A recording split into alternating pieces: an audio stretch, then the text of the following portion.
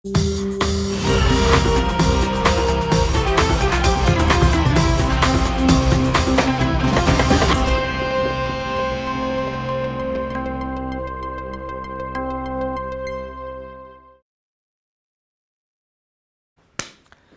bem, estamos começando o Desperta ICL de hoje, quinta-feira, 11 de janeiro, 7 horas da manhã. Muito obrigado a todo mundo que já está aí no nosso chat, comemorando o que, Pedro Falcão? O ato de respirar, é isso? Hoje não temos nada para comemorar, hoje a gente vai mostrar aqui, aliás, deixa eu esconder aqui, porque eu quero mostrar os aniversariantes do dia hoje aqui. Ontem, aniversariante do dia foi... Tu tá rindo porque tu já viu quem é, né, Pedro Falcão? Ontem, aniversariante do dia que a gente comemorou ontem aqui. Aliás, começamos o programa esse ano, né? Retomamos o programa esse ano na segunda-feira. Todas as manhãs aqui eu vou comemorar o aniversário de alguém, Pedro Falcão. Essa semana já comemoramos o aniversário de Jimmy Page, que é espectador deste programa, guitarrista do Led Zeppelin, né? Não é não? Maior fã, na real, né? Maior fã, meio-dia na Grã-Bretanha, que tá fazendo o que, Jimmy Page? Tá vendo Desperta. Ontem era aniversário do Lô Borges e hoje nós vamos mostrar os aniversariantes do dia daqui a pouquinho aqui, então fiquem por aí, né? Muito obrigado a quem está no nosso chat, dando bom dia para todo mundo. Diga da cidade de onde você está assistindo a este programa. Agora são 7 horas ao vivo, horário de Brasília. Se você está num fuso horário diferente também, nos avise aí o que você está fazendo, aquela coisa toda. Ontem nós perguntamos para as pessoas aqui, o Pedro Falcão não estava trabalhando ontem, né? Qual é o grande pecado que as pessoas cometem, né? Porque ontem o filho do Jorginho Melo, o governador de Santa Catarina, falou que não vai assumir um cargo lá na administração do Jorginho Melo, viu, Pedro Falcão? Porque depois ele assistiu o programa de anteontem. Isso, muito. A gente sentou o cacete aqui, né? Porque o que a gente faz aqui é sentar o cacete, né? O negócio que a gente gosta aqui de fazer é sentar-lhe o pau, né? É bom demais, né? De manhã cedo, já acordar, já dar umas porradas, já fica todo mundo feliz e todo mundo com raiva ao mesmo tempo. E a gente sai daqui, a gente não sabe se está feliz, se está com raiva e tá tudo certo. E aí falou que não vai assumir o cargo lá, porque o erro dele, né? O grande pecado dele é ser filho do Jorginho Melo. Aí as pessoas falaram ontem aqui, né, o grande erro das pessoas é não ser herdeiro, né? Não ter nascido rico. É amar demais. É amar demais. O meu pecado é amar demais. Muito obrigado para quem nos acompanha pela TVT, TV aberta em São Paulo, TV Quirimurê, TV aberta na Bahia e também pela rádio, pelo bom e velho radinho. Muito bom dia, pessoal que está nos ouvindo pela Rádio Brasil Atual e também pela Rádio Heliópolis. Bom dia, Heliópolis. Vamos nós que estamos todo mundo junto aqui. Este programa também está ao vivo nas redes sociais, nas mais famosas: Facebook, Twitter, Twitch. Você chama o Twitter de X, ou Pedro Falcão? Eu me recuso. Não dá pra chamar um negócio de X, né? Não, me recuso. Isso é o pior rebranding que fala, né? Da história, eu acho. Não é não? X. Onde é que tá postado? No X. Não... acho o X da questão. O Elon Musk perdeu o X da questão na hora que ele escolheu esse nome, né?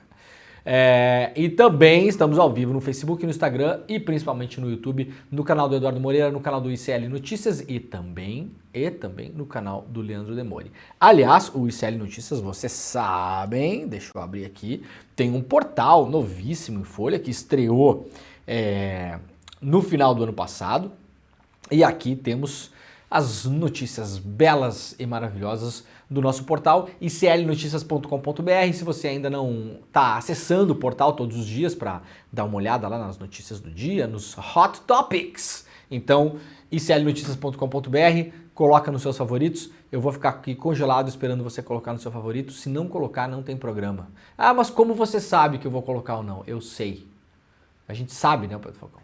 Sabe de tudo aqui que acontece. Você não colocou ainda, por exemplo. Viu como eu sei? Que você tá fazendo aí? Não tá fazendo nada, não colocou? Agora sim, muito bem. Aí você pode acessar todos os dias aquela lindeza, né, do portal do ICL Notícias. Tá bom? Então é isso, gente. Deixa o seu like, ativa o sininho e, por gentileza, quem puder, compartilhe este programa. Esse ano eu já lembrei ontem ou anteontem, já não lembro mais. Esse ano temos um ano eleitoral e claro que a nossa cobertura de eleições aqui vai ser intensa.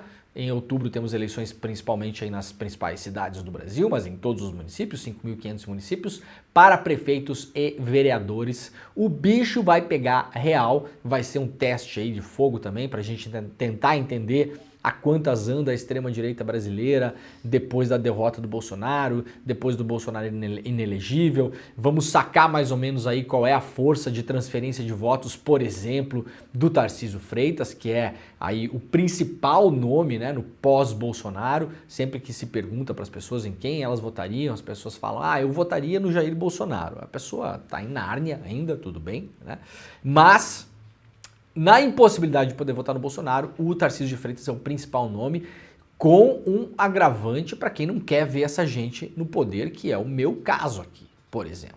A rejeição do Tarcísio, ela é menor do que a dos outros candidatos que estão mais em voga aí. Então, vai ser importante para olhar as eleições municipais esse ano, não só em São Paulo, claro, em vários outros lugares, mas para a gente tentar entender mais ou menos para que lado aponta o farol para a sucessão do Lula em 2026. Tá cedo ainda, claro, mas a gente vai olhando e vai tentando entender e vai tentando juntar as coisas, porque também a eleição, logo ela aparece, né, o Pedro Falcão? É rápido, né? Quando vê, pum, olha aí, esse ano nos Estados Unidos tem eleição.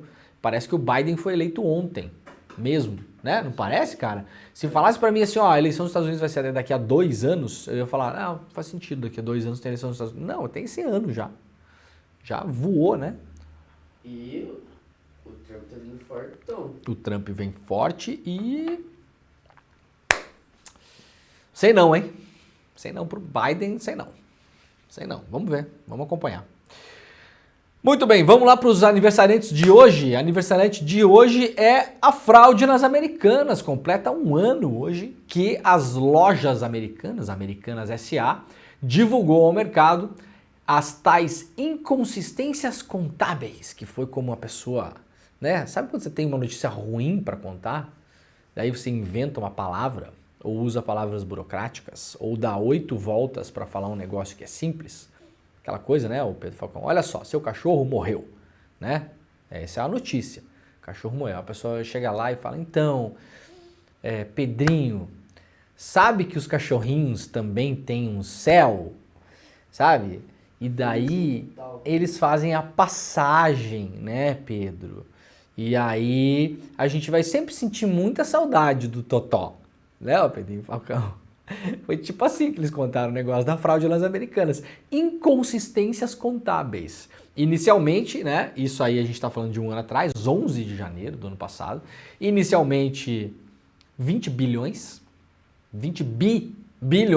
de reais. E depois, ao longo da cobertura do caso, nós vimos que o rombo era muito maior e não era uma inconsistência. Inconsistência parece que o contador das Americanas estava usando aquele bonezinho só de aba, assim, sabe, o Pedro Falcão? Aquele bonezinho que fica o cabelo para fora e um óculos retangular. Ele estava caminhando e ele achou um papel no chão, né? Daí ele olhou assim, nossa, temos uma inconsistência contábil aqui. Não, isso é uma fraude absurda. Eu já fiz os cálculos aqui, inclusive, né? O tamanho do rombo na Petrobras, que foi declarado em balanço pela Petrobras durante o Petrolão, mais ou menos 6 bilhões, a gente está falando de uma fraude nas lojas americanas de quase 10 vezes esse valor. Quase 10 vezes esse valor. Agora comparem vocês vão lembrar a cobertura que teve em relação à Lava Jato, à Petrobras e a cobertura das Americanas. As Americanas extremamente protegidas pela imprensa, porque a imprensa vive de publicidade e as Americanas são um dos principais anunciantes do Brasil.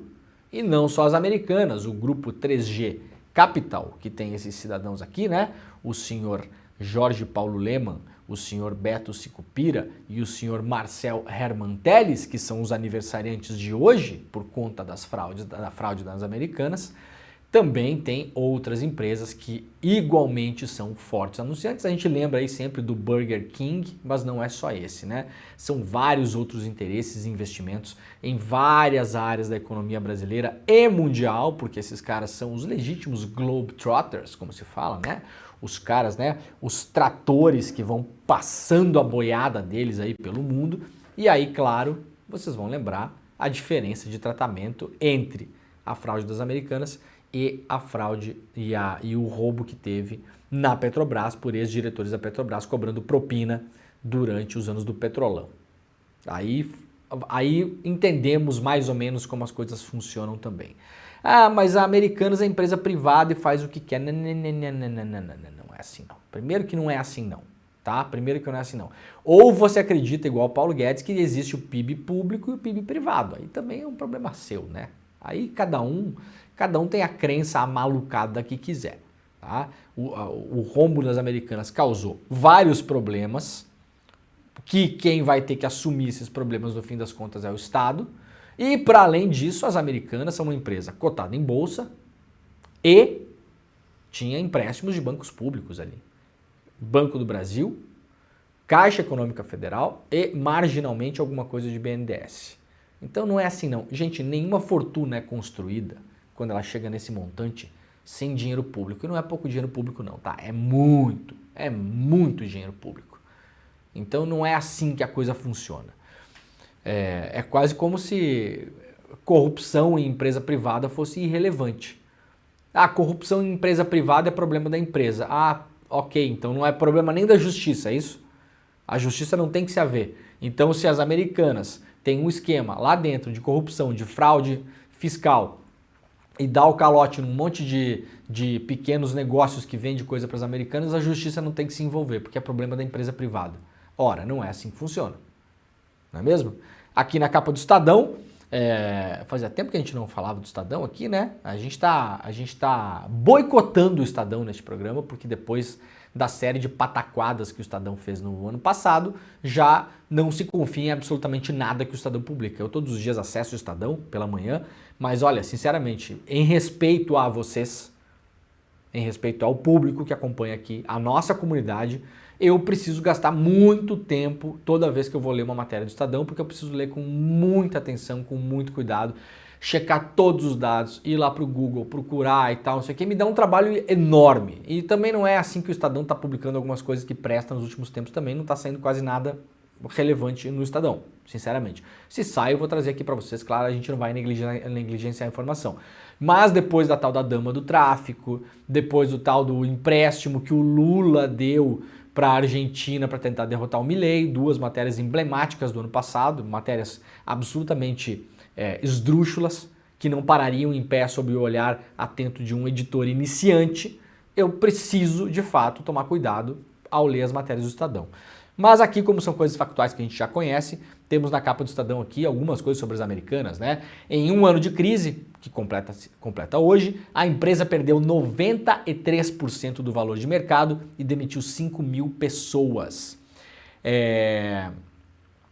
Bancos tiveram um custo de pelo menos 14 bilhões com a fraude das Americanas, como eu já falei, entre esses bancos públicos. Então sim, é do nosso interesse o que acontece nas Americanas. Ora, como não, né? E não está aqui, mas essas 5 mil pessoas respondem a mais ou menos, eu vi um cálculo sendo feito pela Bloomberg ontem, respondem a 25% da mão de obra das Americanas. Não é pouca coisa. Fechou lojas também, tinha 1.900 e poucas lojas, fechou aí umas 200, 300 lojas, então obviamente isso causa um efeito dominó no mercado, porque você fecha a loja, o shopping, ou sei lá o que, deixa de alugar lojas, aquilo ali, né, aí você perde emprego, as famílias ficam sem renda. Como que o poder público vai absorver isso? Ora, se tem 5 mil pessoas, quem vai absorver isso é o poder público, somos nós todos. Essas pessoas vão para o seguro-desemprego. Quem vai pagar a conta dos nossos queridos 3 bilionários, que não ficaram um centavo mais pobres com isso, muito pelo contrário, ficaram muito mais ricos com a fraude, porque eram detentores de ações das Americanas, que subiam, enquanto eles mentiam sobre um balanço positivo que não existia. Então esses caras se deram muito bem em relação a isso. Quando a corda aperta, 5 mil pessoas vão para a rua, quem é que vai absorver essas pessoas? O Estado. Seguro-desemprego, eventualmente pessoas que vão precisar se reposicionar, vão usar os serviços estatais para buscar emprego, eventualmente gente aqui que não vai ficar legal da cabeça, porque perder emprego não é legal, vai precisar do SUS, vai ficar doente. Quem absorve isso é a sociedade civil brasileira. Então é da nossa conta sim o que aconteceu nas Americanas. Muito bem, vamos lá então. Dramático e sem precedentes, o relatório que revela sobre o calor no planeta. O UOL publicou hoje um resumo de um relatório que foi publicado pelo Observatório Europeu Copérnicos. Para quem tiver curiosidade para saber exatamente o que tem no relatório, todos os dados que estão lá, de modo esmiuçado, eu sugiro que vocês peguem o ICL Notícias de ontem. Bem no começo do ICL Notícias de ontem, o Edu Moreira trouxe vários gráficos mostrando o que está nesse relatório e é, de fato, assustador para onde a gente está caminhando em termos de catástrofe ambiental. Lá no UOL tem um resumo também do que está acontecendo. Os primeiros sinais de que 2023 estava no caminho para se tornar o ano mais quente da história começaram a surgir no início de junho, quando as temperaturas passaram a ultrapassar temporariamente em 1,5 graus Celsius as tais das temperaturas pré-industriais. Se considera, né? Antes da gente começar, enquanto ser humaninho, né? Arrebentar com o mundo com essa hiperindustrialização, hiperprodução de produtos, transporte do produto que é fabricado lá não sei aonde, pega um navio, gasta petróleo, atravessa o oceano, vem para cá para você comprar um negocinho para pendurar o celular no carro, uma coisinha lá, isso aí tudo vai arrebentando as coisas, né? Ontem, aliás, a gente leu uma notícia aqui mostrando que cientistas estão identificando os tais dos microplásticos, que são micropartículas de plásticos invisíveis, né, ao olho nu, inclusive nas fezes de pinguins na Patagônia, na Argentina. Então o mundo está contaminado. Não teve inverno esse ano passado. Não teve inverno, exatamente. Tu não tá notando que tem mosquito e mosca pra caramba esse ano? Notou isso também? Sim, de noite, quando eu vou dormir. É absurdo, né? Cara, porque não teve inverno e não matou a larva do bicho e aí os bichos estão aí comendo as pessoas, né? E aí lá no jornal inglês The Guardian tem uma matéria também importante sobre isso, mostrando que a temperatura dos oceanos está em níveis alarmantes e como a temperatura da água no planeta, que é feito majoritariamente por água, afeta a temperatura do planeta em si, todo o planeta, né? Então aqui, ó, isso aqui é a temperatura dos oceanos que bateu o recorde de temperatura histórico em 2023. Isso aqui são medidas feitas aí de 1981 até 2010, né? Mas é claro que com a ciência dá para saber também, dá para ter uma ideia muito precisa da temperatura dos oceanos antes das medições oficiais, digamos assim. Então temos aqui, ó, isso aqui era a temperatura média dos oceanos, ela vinha mais ou menos aqui até os anos 70, olha só. Até os anos 70 ela vinha mais ou menos controlada, mas já subindo, porque aqui nós temos, principalmente a partir dos anos 40, 50, no pós-guerra, né? Aqui a gente tem aqui em 1940 estamos em guerra, o mundo está em guerra. Em 1950 o mundo começa a se reorganizar em termos de produção de coisas, de coisa arada. Estou falando aqui em termos de produção industrial, né? O mundo começa a se reorganizar. 60, 70, olha aqui, ó. Aí a produção industrial já começa a fazer efeitos aqui, que é a correlação que está sendo feita, olha aqui, ó. Vai, e aqui estamos neste ponto. Não há sinal de que vai descer. Esse é o problema. Porque isso aqui poderia ter alguns picos, né? Poderia ter picos e aí poderia dar alguma baixada para cá, talvez não nos níveis dos anos 40, mas poderia voltar, por exemplo, aos anos 80 em termos de temperatura, poderia fazer um pico para baixo, assim, não faz. A tendência é continuar subindo e o problema é até quando a gente vai suportar. Porque a gente viu no Brasil o calor que fez esse ano, o ano passado, né? Fora de época, que chegou em várias cidades do país a níveis insuportáveis de você ficar na rua, ficar no sol. E isso a gente está falando de um aumento médio aí, como mostrado nesse estudo, de 1,5 graus. Não é um aumento médio de 5 graus. 1,5 grau. Aí você pensa, bom, se tá 22 graus ou tá 23 graus e meio, não muda nada. Não muda nada. Mas na temperatura média, se o seu verão passa de 38 para quase 40, de 36 para 38, 39, quando chega nos extremos é que a coisa começa a pegar, né? Então, bastante preocupante e, por enquanto, a gente vê distante a tal da Agenda 2050, que a maior parte dos países concordou em começar a baixar a emissão de poluentes. A gente mostrou no programa aqui em dezembro do ano passado, aliás, um estudo publicado também pelo jornal inglês The Guardian, mostrando que a maioria das empresas dos países que se comprometeram a começar a baixar os níveis, que deveria até 2030 tá estável para começar a cair. Isso está longe de acontecer e várias empresas, aliás, estão aumentando os índices de poluição. Bom, tem consequências, né, gente? Clima já faz Brasil perder 11 milhões de toneladas de grãos. A safra ainda está no começo e os estragos provocados pela diversidade climática já fazem o país perder 11 milhões de toneladas de grãos em relação ao potencial produtivo esperado em outubro, isso aqui do ano passado, né? A cada mês que passa, a Companhia Nacional de Abastecimento vem reduzindo o potencial total de produção. Em outubro era 317 milhões de toneladas. Nesta quarta-feira, o volume foi reavaliado para 306 milhões de toneladas. O Rio Grande do Sul, o estado que mais tem sido atingido pelos efeitos do clima nos anos recentes, será a salvação do país esse ano. A salvação do país, salvação de quem planta e vende, principalmente para exportar para a China alimentar porco e galinha. Né? Vamos dizer, salvação do país, calma lá.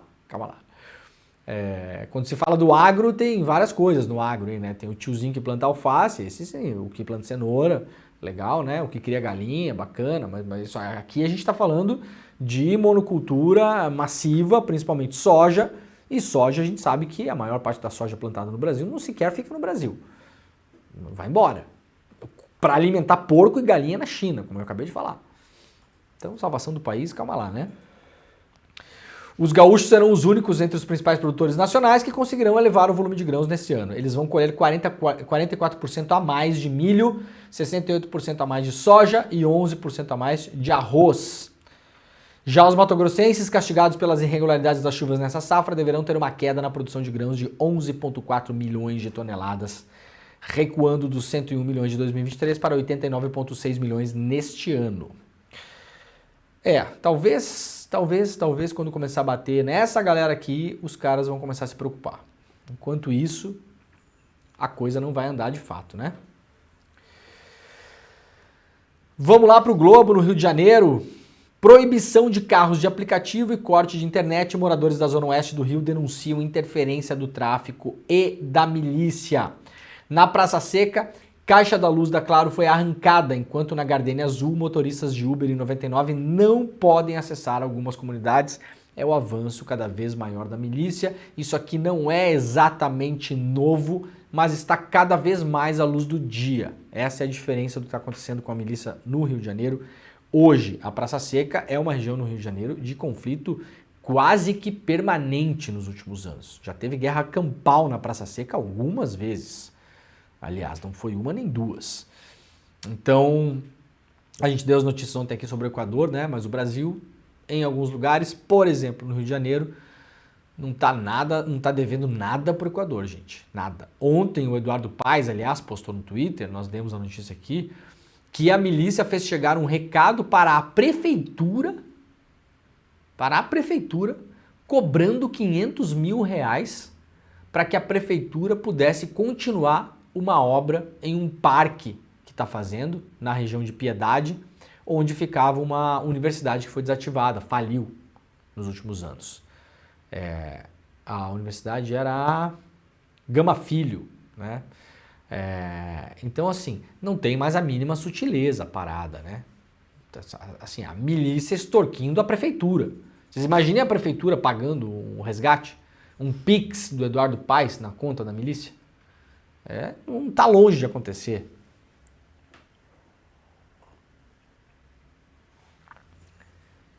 Em reunião com autoridades, o empresário contou ter pagado 450 mil para retomar terreno invadido pela milícia na zona oeste do Rio de Janeiro. Esse é o tal do Parque da Piedade. Em 8 de novembro do ano passado, a pedido do setor de construção civil, o ministro da Justiça Flávio Dino e o ex-secretário executivo do Ministério Ricardo Capelli participaram de um encontro a portas fechadas com empreiteiros na sede da Federação das Indústrias do Rio de Janeiro. A pauta era sobre a cobrança de taxa por bandidos em obras no estado. Dino esteve apenas na abertura do evento, cabendo, portanto, a Capelli ouvir os pleitos dos empresários. Um deles contou ter pagado 450 mil reais a milicianos para retomar um terreno que havia comprado. No mês seguinte, a PF e o Ministério Público do Rio de Janeiro fizeram uma operação contra a milícia na Zona Oeste, acusada de cobrar taxas de obras públicas e privadas. 5 pessoas foram presas, mas isso não intimidou os bandidos que, como eu falei, nessa semana fizeram saber à prefeitura que estariam cobrando R$500 mil para que a prefeitura continuasse uma obra da prefeitura num terreno da prefeitura. Hoje da prefeitura, né? Desapropriado pelo poder público. E assim vamos no Rio de Janeiro. Olha, gente, a notícia importantíssima que saiu ontem, no final do dia. Deixa eu ver que horas publicaram isso aqui ontem. Meia-noite a Folha publicou. Não. 6h50, 10 para 7 da noite ontem. Eu confesso que até certo ponto inesperada, porque essas conversas não vazaram para a imprensa. Isso aqui não apareceu por aí. Eu não acreditava que fosse ser nem tão rápido e eventualmente nem que fosse acontecer. Notícia super importante, decisão incrivelmente acertada do governo do Brasil, publicada pela Folha de São Paulo hoje e por vários outros veículos de imprensa. Governo Lula declara apoio à denúncia contra Israel por genocídio na Corte de Haia. Finalmente alguma medida mais forte em relação a isso, né, gente? O Brasil que mandou muito bem no começo da crise, conseguiu repatriar mais de 1.000 pessoas de Israel, conseguiu repatriar algumas dezenas de pessoas de Gaza, depois que deixou a presidência do Conselho de Segurança da ONU, onde fez uma proposta para o cessar-fogo, foi aprovada pela imensa maioria dos países, mas acabou sendo vetada pelos Estados Unidos.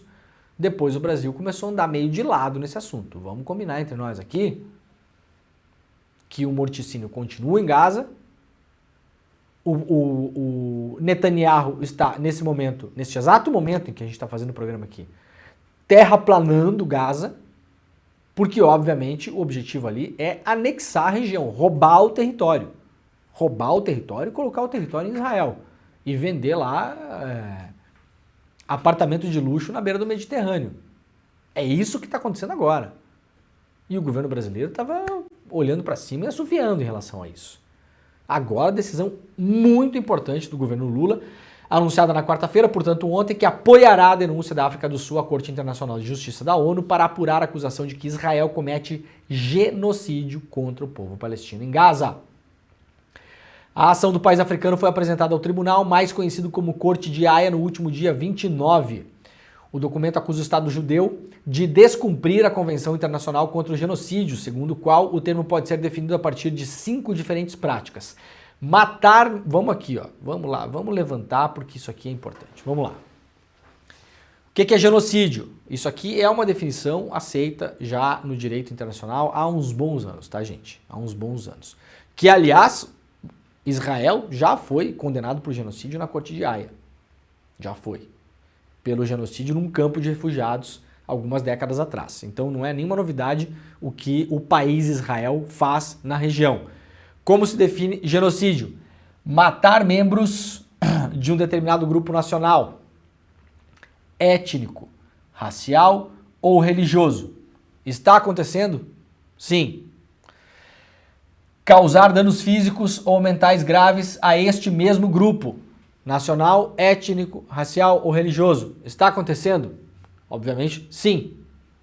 Não tem ninguém bem em Gaza nesse momento. Infligir a essas mesmas pessoas condições de vida que destruam sua capacidade de sobrevivência. Está acontecendo? Sim. Impedir sua proliferação. Está acontecendo? Sim. Alguém consegue imaginar que há algum tipo de normalidade em Gaza? Que um casal hoje possa pensar em constituir uma família? É sobre isso que a gente está falando, né? Proliferação é isso. Proliferar a sua prole. Alguém consegue imaginar? As pessoas, na verdade, nesse momento, elas estão só perdendo familiares, assassinados. Então, está acontecendo? Sim. Transferir crianças desse grupo para outro local de forma forçada. Está acontecendo e aconteceu? Sim. Sim. Milhões de pessoas foram forçadas a deixar suas casas. Foram mandadas para supostos lugares seguros, que seria o sul de Israel, principalmente as cidades de Khan Yunis e Rafah, e, posteriormente, o que fez a Força Aérea Israelense bombardeou essas cidades também. Então, vamos lá. Matar membros de grupo étnico, racial ou religioso? Sim. Causar danos físicos, mentais ou graves a eles? Sim. E infligir a essas pessoas condições de vida que destruam sua capacidade de sobrevivência? Sim. Impedir sua proliferação? Sim. Transferir crianças desse mesmo grupo para um local de forma forçada? Sim. Parabéns, gabaritou. Gabaritou, né? Os 5 pontos. Alguém ainda tem a cara de pau de falar que o que acontece em Gaza não é genocídio? Cara de pau para não falar outra coisa, né? Cara de pau para não falar outra coisa.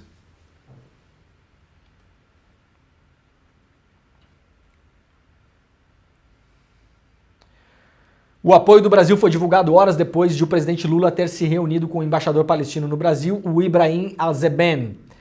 À luz das flagrantes violações ao direito internacional humanitário, o presidente manifestou seu apoio à iniciativa da África do Sul de acionar a Corte Internacional de Justiça para que determine que Israel cesse imediatamente todos os atos e medidas que possam constituir genocídio ou crimes relacionados, diz uma nota do governo brasileiro. A declaração destoa da tradição diplomática brasileira de buscar equilíbrio entre partes e conflito e assim legitimidade para atuar, dar legitimidade, né? Faltou uma palavra aqui. Dar legitimidade para atuar como interlocutor, papel que Lula tentou assumir durante o primeiro ano de seu terceiro mandato, tanto no Oriente Médio como na guerra da Ucrânia. Mais do que isso, para Leandro Cosentino, cientista político e professor do INSPER, o anúncio evidencia uma concertação maior do país com os BRICS, grupo formado por nações emergentes, em um distanciamento de estados ocidentais. Bom, eu acho que não tem que ter distanciamento, neutralidade nenhuma nessa questão. O que está acontecendo em Gaza não há neutralidade possível. O Brasil é um país que sempre tenta se manter neutro na diplomacia e atua de forma brilhante na maior parte dos casos em relação a isso, mas não há neutralidade possível em relação ao que acontece em Gaza, gente. Sinceramente, isso aqui não faz assim o menor sentido. Você ficar inerte. O Brasil tentou negociar um acordo de paz, ofereceu um texto de acordo de paz no Conselho de Segurança da ONU. Esse acordo foi votado e foi aprovado pela imensa maioria dos membros do Conselho. Foi vetado pelos Estados Unidos. As negociações acabaram. Não há mais o que fazer. Não há acordo de paz possível aqui. A Europa e os Estados Unidos estão apoiando Israel, mandando armamento para lá até hoje. Porta-aviões, jatos. Que tipo de negociação há em relação a isso? Não há negociação na mesa. Muito importante a postura do Brasil. Muito, muito importante a postura do Brasil. Lá no jornal The Guardian, o caso de genocídio contra Israel em relação a Gaza foi aberto em Haia. Está aqui a manchete e a partir de hoje esse caso começa a rodar na corte, ou seja, o caso já está rolando e as primeiras hearings que se fala, né? As primeiras pessoas serão ouvidas. Aí vai se ouvir um monte de gente, eventualmente testemunha, sobreviventes, pessoas que estiveram em Gaza, que pode ser, aí pode sendo arroladas as pessoas, né? Pode se ouvir jornalistas, pode se ouvir médicos que estavam na região, pode se ouvir agentes comunitários que participaram, que levaram alimento e água para Gaza, aí você vai começar a ouvir as pessoas. Então agora, a partir desse momento, vai se começar a montar o caso dentro do tribunal. É claro que o caso já tem que chegar muito sólido para o tribunal aceitar, né? O tribunal não aceita uma coisa e vai ver depois. A coisa já chegou muito sólida a ponto do tribunal aceitar o caso, mas agora, na prática, começou hoje a rodar dentro do tribunal lá em Haia. Israel, obviamente, fala que não é isso aí e ponto final. Eu não vou ficar aqui lendo opinião do Netanyahu sobre o que acontece em relação a Gaza, gente. Não vou. Se vocês, se tem gente que não gosta, que acha que eu deveria, tudo bem, eu entendo, legal, tudo certo, mas não vai rolar, tá bom? Isso pra mim é um ultraje, é um absurdo, é o mesmo que ficar dando voz pra polícia quando entra em comunidade, vai lá, mata 40 pessoas e depois a gente, pra ouvir os dois lados, a gente fica dando o mesmo peso para as duas situações. Eu não vou fazer isso nesse programa, tá bom? Me nego. Pouco me importa o que Netanyahu acha. Netanyahu é um criminoso de guerra, é um bandido, é um assassino, é um cretino. E esse cara precisa ser preso. Eu não me importa zero o que o governo dele está falando sobre isso. Zero. Zero. E eu espero ver esse cara na cadeia o mais rápido possível e todas as pessoas que materialmente participaram disso e apoiaram esse absurdo que aconteceu em Gaza. Que aconteceu e acontece, porque não terminou ainda. Bom, para quem quiser saber, temos um juiz brasileiro no tribunal. O juiz brasileiro é o Leonardo Brant, que foi professor de Lei Internacional da Universidade Federal de Minas Gerais até 2022. E aí ele foi eleito para o cargo na Assembleia Geral da ONU.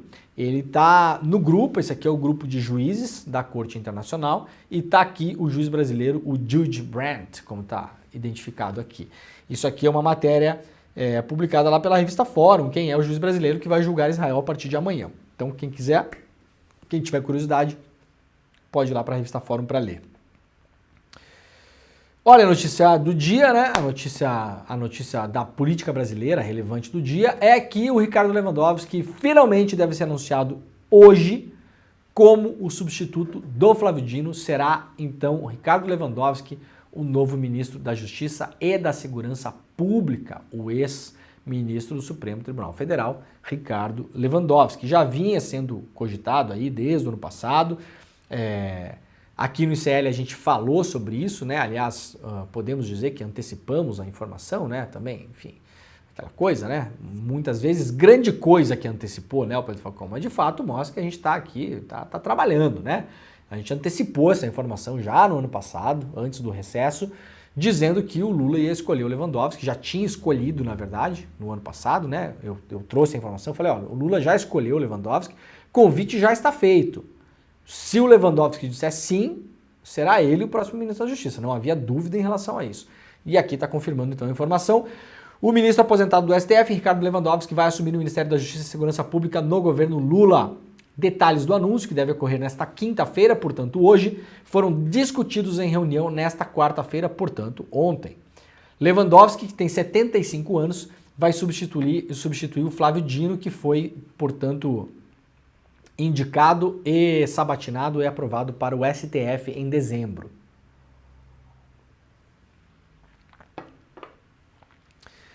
Segundo relata aqui a Folha, o Lewandowski foi recebido pelo Lula para um café da manhã na residência oficial do Palácio da Alvorada na manhã de segunda-feira passada. Segunda-feira é essa agora. O magistrado aposentado viajou a Brasília para participar da cerimônia no Congresso Nacional que marcou o primeiro aniversário dos atos golpistas do 8 de janeiro. No início da noite dessa quarta-feira, houve um novo encontro de Lewandowski e Lula, também com Dino no Alvorada. Na reunião, Lula tratou com Lewandowski e Dino sobre a montagem da futura equipe da Justiça e temas relevantes da pasta. Na ocasião, de acordo com aliados, Dino intercedeu novamente pelo atual secretário executivo do Ministério, Ricardo Capelli, na tentativa de preservá-lo no cargo.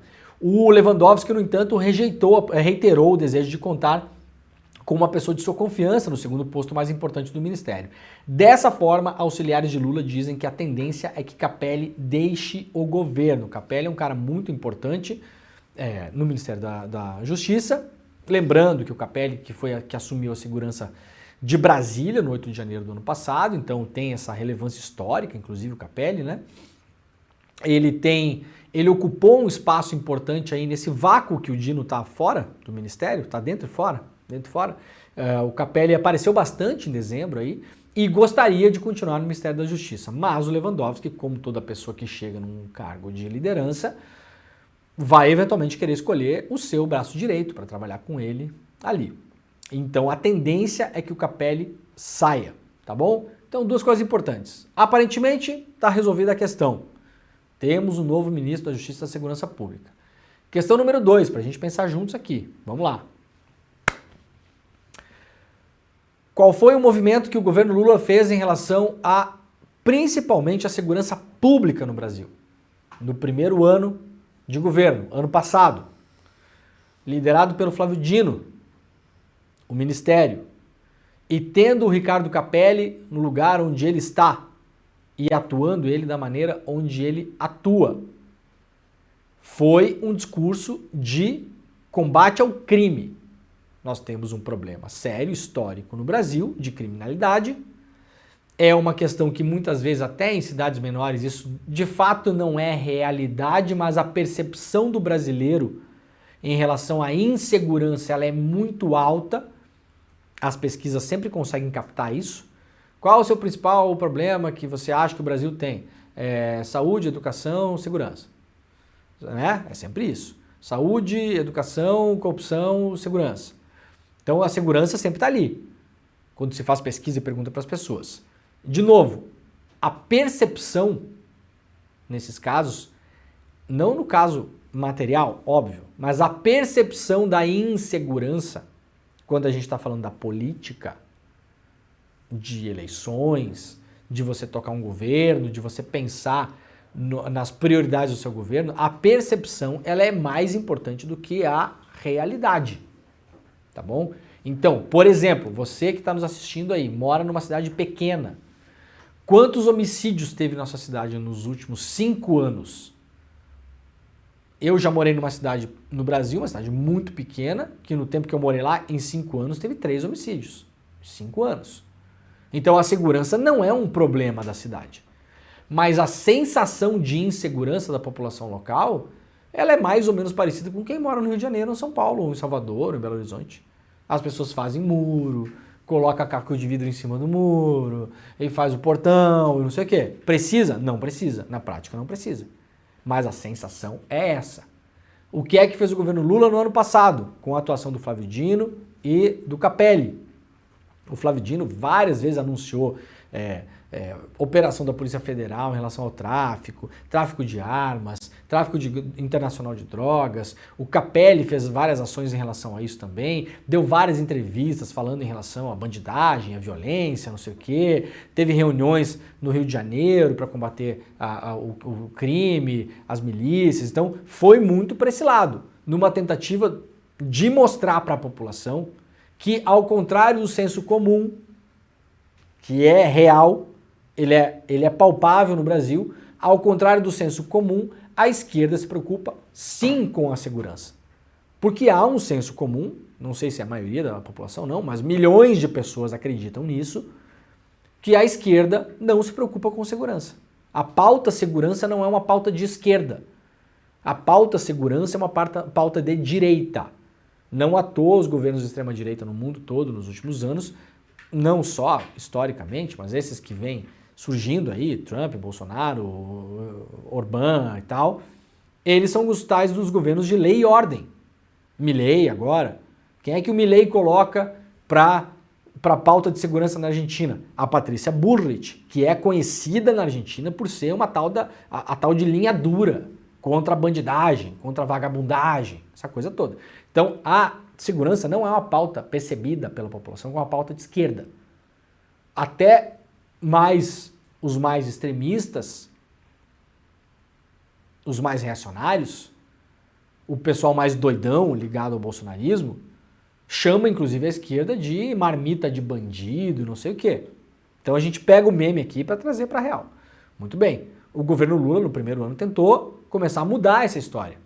Sob críticas, inclusive, de algumas pessoas, inclusive eu. Eu falei até em alguns programas. Eu tenho o receio de que esse combate à criminalidade pela esquerda, com o discurso que pode caminhar um pouquinho mais do que precisa, quando vê a gente está defendendo uma pauta de segurança pública de direita no governo de esquerda. A bandidagem, os vagabundos, não sei o que. Então tem que cuidar. Segurança pública não se faz só, ou principalmente, não se faz principalmente com polícia. Faz com melhorar o sistema penitenciário, distribuição de renda, enfim, uma série de coisas. Mas isso não é percebido pela população. Quando você melhora a distribuição de renda no Brasil, a população não percebe que isso é uma agenda da pauta de segurança.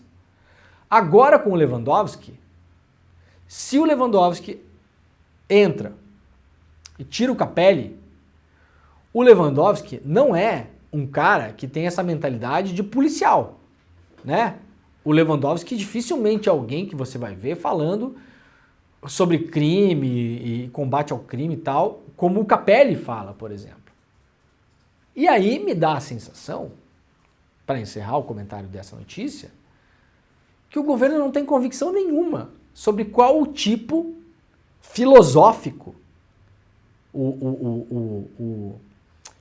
a embocadura que vai dar em termos de políticas públicas em relação à segurança. Porque assim, sai do Flávio Dino e Capelli, claro, não são os únicos do Ministério da Justiça e Segurança Pública, mas assim, são os que mais apareceram nos últimos tempos, né? Tem o Augusto Arruda Botelho também, mas o Augusto não trata muito da segurança, né? Então sai disso aqui, que era a ação da Polícia Federal, o tráfico internacional, a bandidagem vai pagar porque não vai ficar impune, o aplicativo para pegar ladrão de celular. Vejam, todas pautas focadas na segurança mesmo. Na segurança de fato, para atacar essa percepção da população de que a esquerda não se preocupa com segurança. Não eram pautas que eram tratadas de modo colateral que impactam na segurança, como, por exemplo, melhorar a questão dos presídios no Brasil.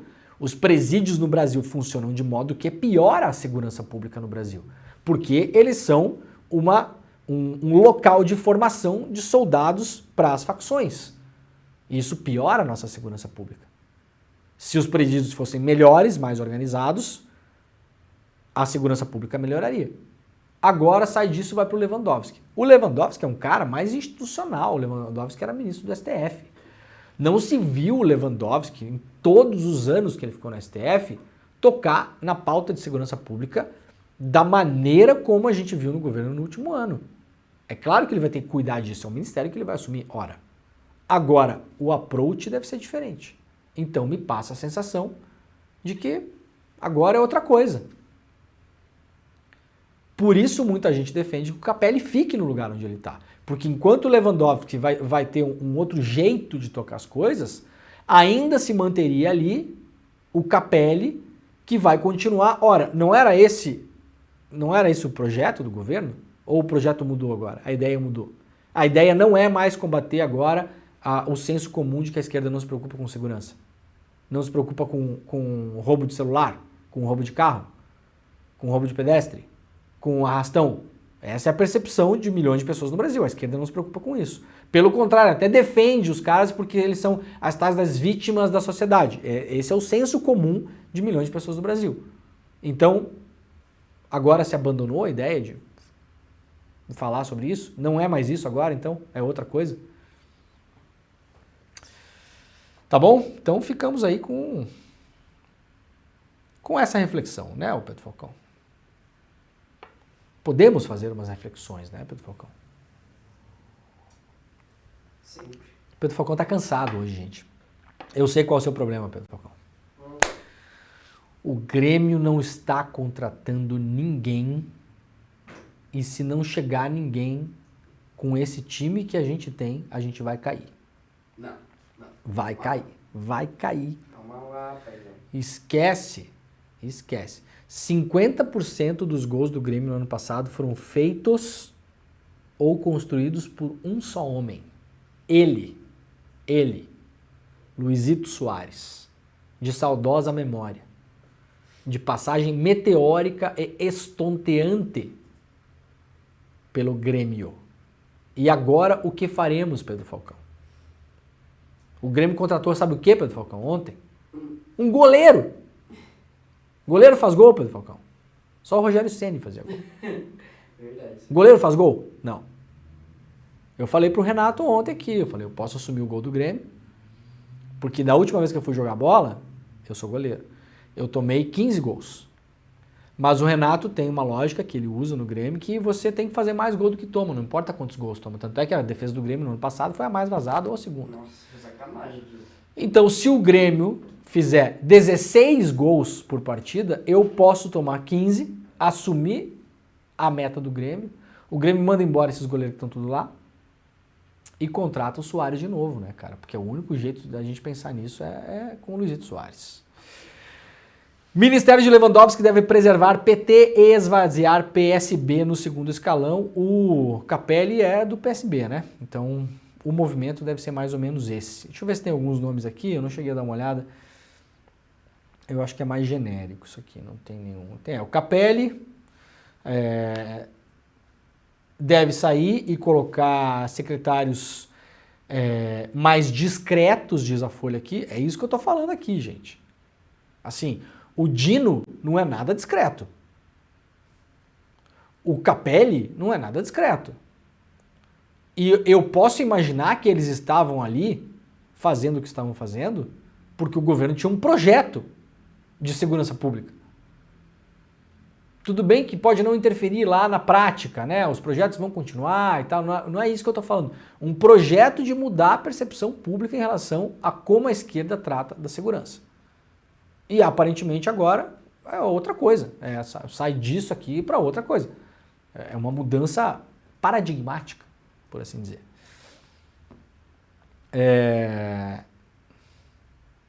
Bom, é isso, né?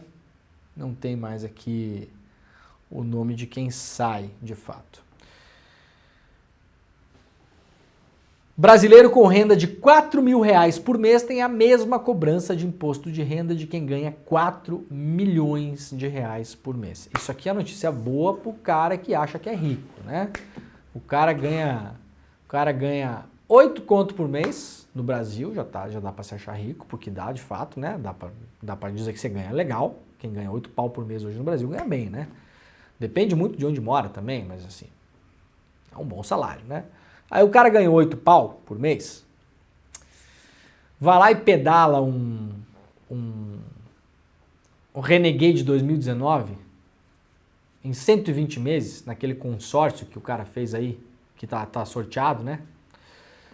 E o cara começa a achar que toda vez que surge notícia para taxar os ricos, o papo é com ele. O papo é com ele. Então essa notícia aqui é mais uma notícia pro dono do Renegade. Aliás, a gente podia botar o Pedro Falcão. Será que tem aí? Tá na mão aí? Vamos ver. Pede pro pessoal, se tiver na mão, daí a gente coloca aí o nosso recall. Faz tempo que a gente não mostra o nosso recall aqui. Brasileiro com renda de 4 mil por mês tem a mesma cobrança de R de quem ganha 4 milhões. Brasileiros com renda média mensal de R$4.000 sofrem a mesma cobrança de imposto de renda de quem ganha 4 milhões ao mês. Segundo um estudo elaborado pela Secretaria de Política Econômica do Ministério da Fazenda. Embora os valores nominais recolhidos sejam de ordens de grandeza diferentes, a similaridade da alíquota efetiva mostra que, para este seleto grupo de, atenção, quantas pessoas no Brasil, de modo declarado, claro, isso aqui a gente está falando de dinheiro limpo, não de dinheiro sujo, né? Claro que tem muito mais gente no Brasil que ganha esse dinheiro, mas quantas pessoas no Brasil de modo declarado para o fisco ganham em torno de 4 milhões de reais por mês? Quantas no Brasil? 3.841 contribuintes. Quantos habitantes tem o Brasil? Mais de 200 milhões de habitantes. Tudo bem que não dá para botar aqui, porque aqui tem criança e tal, tem gente que não é, como se diz, economicamente ativa, tá bom? Mas tudo bem. Vamos lá. Você hoje, tá aí na mão nosso vídeo? Maravilha. Você hoje ganha 8 conto por mês. Pedalou o Renegade 2019 no consórcio que estava sorteado já, consórciozinho lá de 45 mil.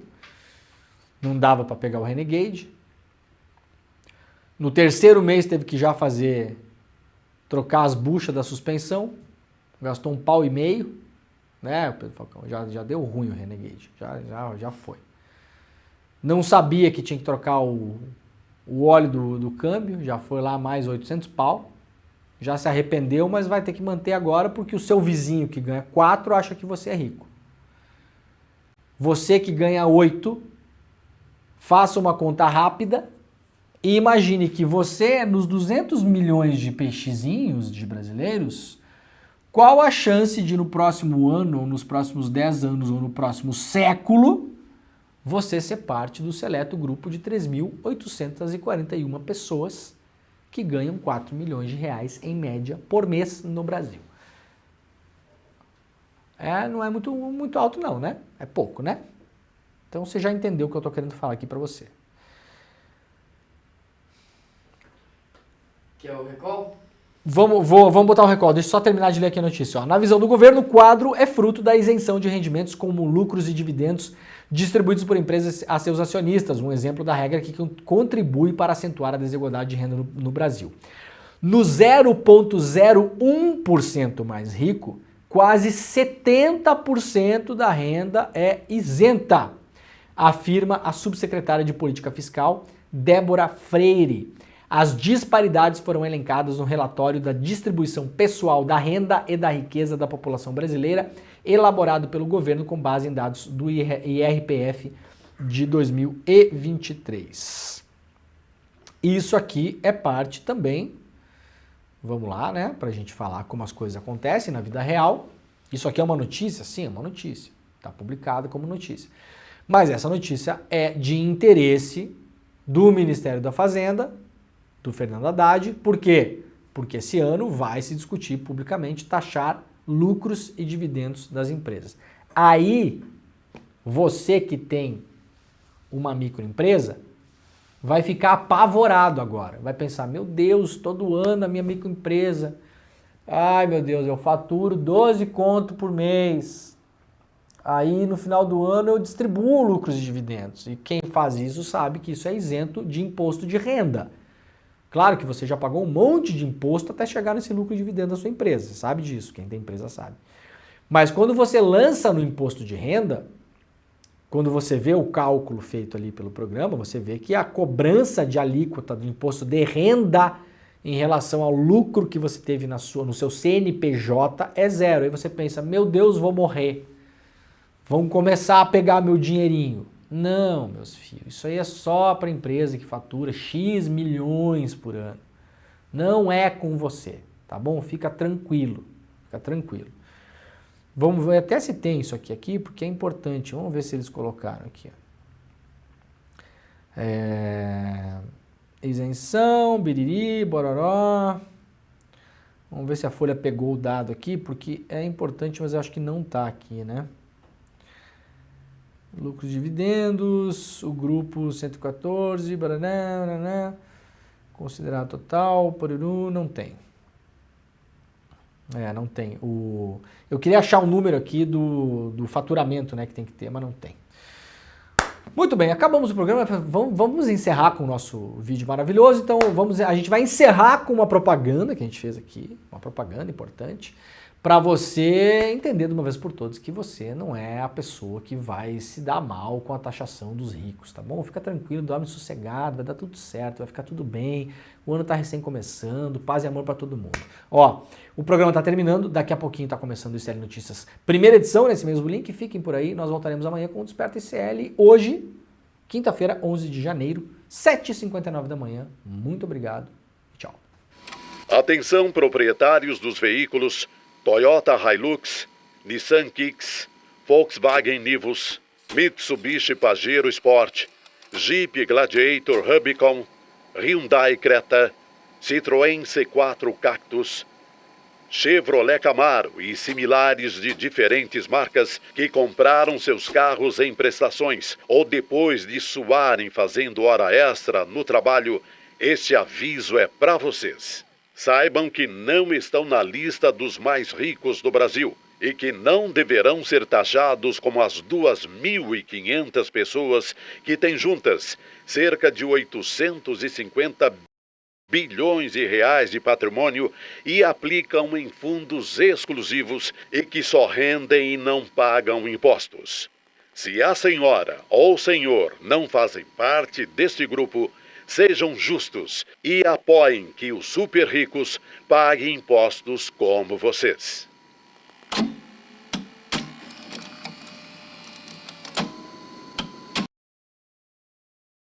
Todo ano em janeiro a gente se reúne para o nosso encontro Mapa da Mina, onde eu faço minhas previsões para o mercado financeiro, o que eu acho que vai acontecer ao longo do ano que está começando. A gente costuma acertar bastante, mas em 2023 aconteceu o impensável. A gente acertou tudo, absolutamente tudo que a gente previu. A gente acertou mais que os bancos, mais que as corretoras, mais que as casas de análise. Por exemplo, a Bolsa. Ela começou o ano ali meio que no mesmo lugar, sem ir para lugar nenhum, sem nenhuma direção. Mas do meio para o final do ano ela subiu e acabou tendo um resultado positivo. Porém, diferente do ano anterior, ela não se destacou em relação aos mercados internacionais. Em outras palavras, teve um alfa menor do que no ano anterior. Vamos ver o que eu previ no Mapa da Mina de 2023?